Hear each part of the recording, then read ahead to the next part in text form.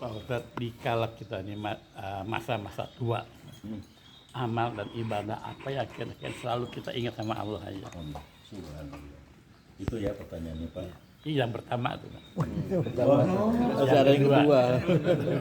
Yang kedua, doa-doa yang seperti apakah yang cepat dikabulkan sama Allah? Apakah hari ini, apakah esok, apa nanti yang akan datang? Terima kasih. Amal apa dan doa apa intinya begitu ya. Pertama kata baginda Rasulullah Shallallahu Alaihi Wasallam, ahsinu ya qulubikum. Coba perbaiki hati kalian, gitu ya salah satunya. Berarti amalan apa yang paling terbaik? Yang jelas amalan yang terbaik itu adalah segala sesuatu amalan yang kita lakukan itu yang menata hati kita, gitu Pak ya. Makin tertata jadi baik, ya. Nah jadi baik itu cirinya apa? Jadi syukur. Sebab manusia kalau nggak syukur lawannya kufur, gitu kan? Apa cirinya syukur ini? Lebih banyak merasa diberi oleh Allah, dibantu oleh Allah, ditolong oleh Allah, dibimbing oleh Allah. Tapi kalau kufur, merasa nggak ada jalan, merasa sulit, semua orang itu nggak punya perhatian, terus sepertinya intinya keluh dan kesah yang terjadi kan gitu Pak. Makanya ahsinu qulubikum. Jadi maknanya kita ini harus menata hati kita, gitu ya. Nah, menata hati kita, hati itu jadi tenang, harus kenal dengan yang punya hati. Siapa yang punya hati? Allah. Berarti harus selalu ingat dengan Allah. Bahkan begini Pak, orang-orang yang belajar untuk menata dirinya itu menjadi para kekasihnya Allah, itu ketika berzikir itu dia punya hitungan. Dalam sebuah tarekoh ada yang memang mereka itu membaca la ilaha illallah tiap waktunya tuh minimal 101. Ada yang membaca la ilaha illallah Muhammadur Rasulullah itu setiap waktunya tidak kurang dari 165. Ada yang mereka mengatakan bahwa sebisanya dan semampunya, ada juga. Bahkan ada yang lebih serius itu mereka itu apabila tidak 165 per waktu dia akan qadha. Jadi nggak mau meninggalkan dan selalu dia kerjakan. Memang bukan pekerjaan yang ringan itu. Tapi kalau sudah masuk kepada sebuah istiqomah dan sebuah kebutuhan, sebaliknya nggak mau ninggalin. Jadi membiasakan sesuatu yang positif dengan sesuatu yang kita nggak biasa memang bukan perkara yang mudah. Contoh Bapak masuk masjid, salat sunat dulu. Kalau udah biasa kan nggak problem. Setelah selesai kita tidak meninggalkan juga salat sunat dulu dan sebagainya. Qobliyah dan ba'diyah, kalau biasa nggak jadi masalah. Gitu. Di masjid manapun, tapi kalau misalkan nggak biasa Pak, mohon maaf berat kan gitu. Berat banget. Tapi kalau sudah dibiasakan insya Allah, nah gitu. Jawabannya itu tadi, membiasakan banyak. Sholat itu zikir. Bapak sholat yang sunnah juga zikir. Bapak juga sedekah ingatnya zikir. Niatnya zikir. Bapak menyampaikan pada orang lain, misalkan pada anak, pada istri, pada cucu. Nggak niat ingin kelihatan bahwa kita tuh bisa nasihati. Enggak, jangan niat nasihati. Niatnya sama-sama belajar menasihati. Enak gitu. Entar dari Bapak juga tidak terpaksa, yang dengerin juga lega. Gitu seperti itu. Namanya min qalbin ila qalbin, sesuatu yang keluar dari hati maka akan masuk ke dalam hati. Itu karena ikhlas tulus. Satu kayak. Jadi jawabannya terlalu panjang seperti itu. Jadi amalia kita itu harus menata hati kita. Menata hati kita itu adalah dengan zikir. Zikir itu membuka yang disebut dengan syukur, bukan kufur. Sekarang doa apa yang cepat dikabulkan Allah? Insya Allah Pak, setiap doa yang kita lanturkan itu dikabul sama Allah Subhanahu Wa Taala. Yang paling terpenting kita tuh kembali setiap doa yang kita lakukan ini antara yang belum diberikan diijabah sama Allah dengan yang sudah diberikan sama Allah, banyakkan yang sudah diberikan sama Allah Subhanahu Wa Taala. Cuma kalau itu nggak dibuka oleh hati kita dengan kesadaran itu Pak, makanya keluh kesah itu akan lebih banyak. Jadi yang dipikirin yang belum punya, yang belum dapat, yang belum kebeli, yang belum ada. Sementara yang sudah diberikan Allah terhadap diri kita, ini kadang-kadang tertutup. Makanya ngeluh mulu kita ini. Untuk membuka itu bagaimana? Satu, ya Allah, saya ke dunia ini lahir jadi manusia, gitu ya Pak ya. Lahir jadi manusia itu bukan kehendak saya. Apa kita minta Pak? Ya Rob, nanti kalau saya terlahir jadi makhluk jangan jadi bagong, jangan jadi tikus, apalagi jadi nyamuk. Ya Allah jangan. Tapi ternyata kita tidak minta pun pada Allah, ternyata kita jadi manusia. Nggak cukup jadi manusia, masih ditolong sama Allah. Jadi orang Islam.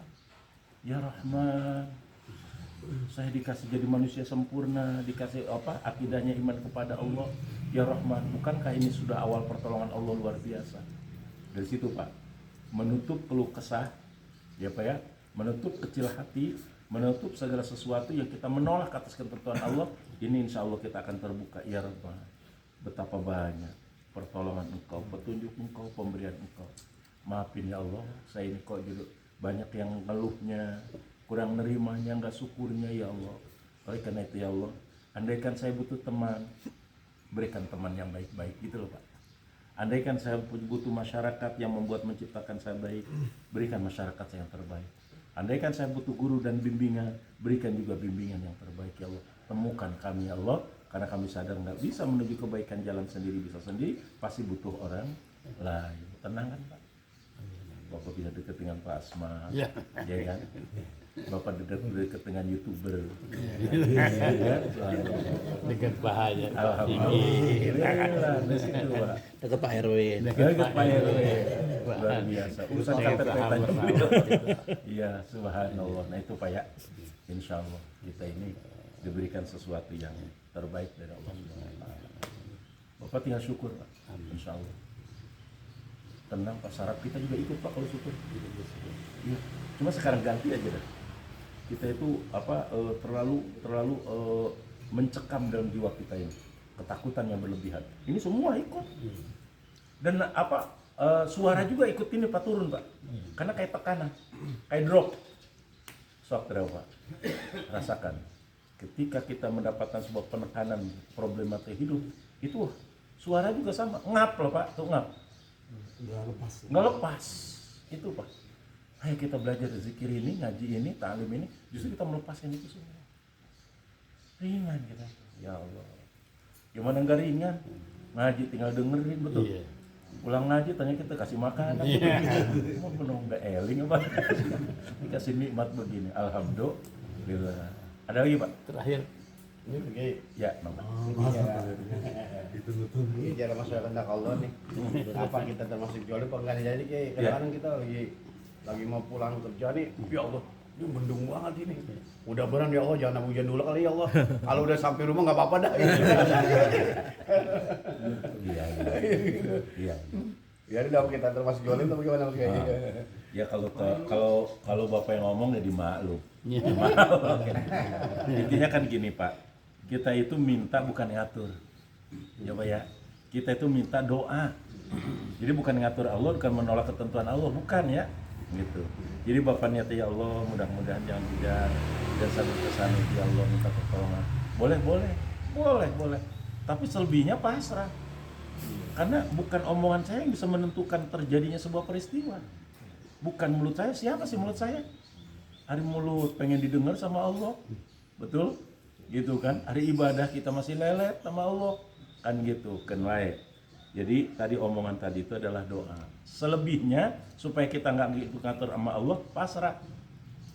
Ternyata benar dijabah sama Allah, cuma setengah, ya kan? Setengahnya ke sono hujan. Sampai rumah Alhamdulillah dijabah sama Allah. Itu kalau kaitan dengan modifikasi cuaca. Misalkan di DKI pokoknya ada 30.000 ton garam ditabur. Kan terus dia berkurang, itu gimana? Oh iya. Kalau secara dunia metafisika kemungkinan pengaruh kan Pak ya. Iya. Jadi tidak bisa penyerapan air terhadap pengurangan lah ya, mendung dan sebagainya itu bisa seperti itu. Tapi yang kedua Pak, Allah itu menghargai ikhtiar manusia. Kembali lagi Pak, Allah itu sangat menghargai ikhtiar manusia supaya ini ada melakukan segala sesuatu itu secara logika dan keilmuan memang yes ada. Tetapi ketentuan Allah itu yang berlaku, bukan garam yang ngatur kan gitu. Nah kalau sudah seperti yang kita lakukan ini, maka niscaya kita itu satu, jadi orang Islam nggak kacau. Oh pantas aja di sini nggak hujan karena ada pawangnya, musyrik tuh Pak. Nggak boleh tuh ngomong begitu. Ada pawangnya, oh ini pawangnya ada nih, mesti kita nih, mesti itu. Jangan, nggak boleh. Jadi yang bisa mengatur itu hanya Allah. Apalagi hujan, nikmat dari Allah. Alaikum midroro, dia turun itu jadi sebuah kesuburan. Gak berasa sama kita. Kita bisa makan sate kan, kambing makannya apa? Rumput. Nah coba kalau nggak ada rumputnya. plastik. Kertas. Mau kaos dalam gitu, mau sarung makanya itu seperti itu. Jadi kembali pada hakikatnya bahwa kita menatap seperti itu memang iya ada teknologinya, keilmuannya, tetapi kita bahwa kembali kepada Allah. Allah itu bisa mengabulkan itu karena Allah juga menghargai ikhtiar manusia. Itu seperti itu. Maka dia secara ikhtiar supaya ini lantas terjadi. Awas kita jangan diam di situ. Jangan kepada benda tersebut. Jangan kepada ikhtiar manusia usaha tersebut. Kembali ke batininnya. Bapak, kolbu kita tetap kembali kepada Allah. Jangan karena itu Pak. Di luar itu saja. Di luar itu saja. Alhamdulillah. Tahun ini ternyata usaha saya bisa beli mobil baru. Logika kan karena usaha lancar kan itu. Logikanya karena usahanya lancar. Itu silakan lahiriannya yes iya kelihatan mata begitu. Tapi kolbu nggak bicara begitu. Pertolongan Allah dibisakan oleh Allah, diadakan oleh Allah. Allahu Akbar wallahil hamd. Orang itu kan berkarakter bagaimana isi hati Bapak. Isi hatinya tuh dengki, isi hatinya itu pendendam. Nanti yang keluar ucapan begitu. Seperti orang yang sakit hati gitu omongannya. Apalagi kecelek dikit, wah keluar dia. Naudzubillah min dzalik. Nggak boleh. Jadi intinya apapun yang terjadi di dunia ini, apapun silahkan berikhtiar apapun dengan cara ikhtiar yang tidak keluar sunnah, tidak keluar daripada syariat, silahkan ikhtiar.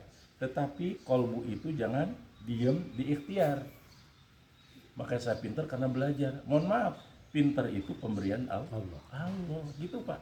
Murnikan itu udah murnikan begitu. Tahan itu, jangan berpengaruh. Gitu ya. Sebagaimana Pak kalau saya jalan ketemu orang cakep. Nyimpennya gimana itu? Nggak dilihat, cakep. Dilihat. Ini gimana nih Pak kalau begitu? Ya Rob, iman kami masih lemah. Kalau pengen tahu iman kita di situ Pak, jangan di masjid. Kalau masjid khusus semua, ya kan? Gitu. Tapi ketika di luar, ya Allah, ya kan, mohon maaf, misalkan cakepnya, ya kan, halusnya, lembutnya, alisnya, bodinya, dapat semua yang kita hobi. Di situ baru kita lihat gimana kita. Ya Allah, ginian nggak ada apa-apanya saya. Gitu ya Pak ya. Jadi untuk mengukur barometer kita itu bukan di tempat yang, mohon maaf, yang bersih. Coba di tempat yang kotor. Saya ini kan benar karena banyak orang. Tapi jangan-jangan kalau nggak ada orang, nggak ada yang kenal, mungkin saya lain lagi. Itu yang membuat orang selingkuh kan begitu, YouTuber. Panggilnya YouTuber. Yang membuat manusia selingkuh kan begitu, karena merasa nggak ada orang lain. Ya saya yakin kalau di sini sih alhamdulillah. Jamaah khairul ummah ya. Apalagi Pak RW-nya juga orang soleh ya. Tepuk tangan. Mudah-mudahan kebaikan semuanya. Ya. Baik, Bapak gitu aja ya. Hatur nuhun, saya terima kasih karena masih banyak acara. Udah diwakili Pak Gun aja. Ini mudah-mudahan sehat semua. Mangga. Yuk.